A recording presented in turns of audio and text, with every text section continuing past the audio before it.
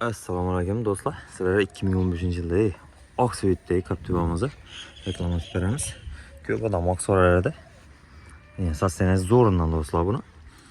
Mashinamiz 2015, чисти 15 ni o'zi, texpasport 15-yil bo'ladi. Hamma o'zi radnoy o'zini. Hech qanday pedalka bo'lmagan, o'zgartirilmagan. Sizlarga bir chetdan ko'rsataman ishlarini do'stlar.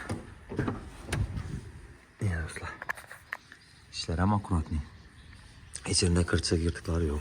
Sideneler hem çok çıkarttı. Torpedolarda. İyi mi diyeyim, ullu monitorlardan koyulgan ya dostlar. Karta parta YouTube'dan ben mesela üle kitap öğresler. Uzaklara geçseniz.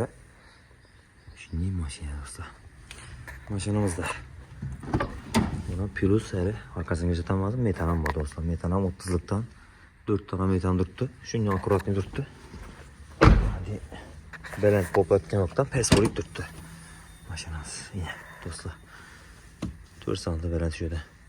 Üstüne vereceğini yüklep. Hayırlı için hizmet öğrendim maşin. Dostlar arka tabanına. Arka lavabo açılmıyordu bu ana. Bilseniz de 13'te de açıldı. Bu 15. yıl çisti. Şimdi halatta yani dostlar. Balonlar yumuşak balon tuttu. Bir taraftan güzel adam mazakine. Milleri. Kocalar yırtılmagan hali. Neyse üzerine radno çıkalı. Akkuratli halatta örttü. Captiva 3 boladı dostlar. Captiva 3 Plus 2015 Plus boladı.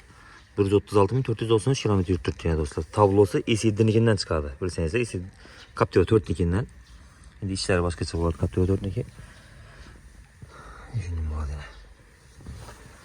Captiva 15. yıl. Oqsuvet tijim çıkamaz dostlar. Oqsuvet boladı. Şimdi halatta ya dostlar. Bu maşinimiz dostlar kime kızık bolsa 143 milyon so'm koyamiz bahasini, üstünde ozgina kelishamiz baribir. Barter, bank bo'laveradi, farqi yo'q do'stlar. 2015 yil Oqsuvet 4 dan 30'dan metanam bor. Hamma chotki holatda turibdi mashinamiz. Ishini so'stiragan. Kime qiziq bo'lsa 91 dan 984 83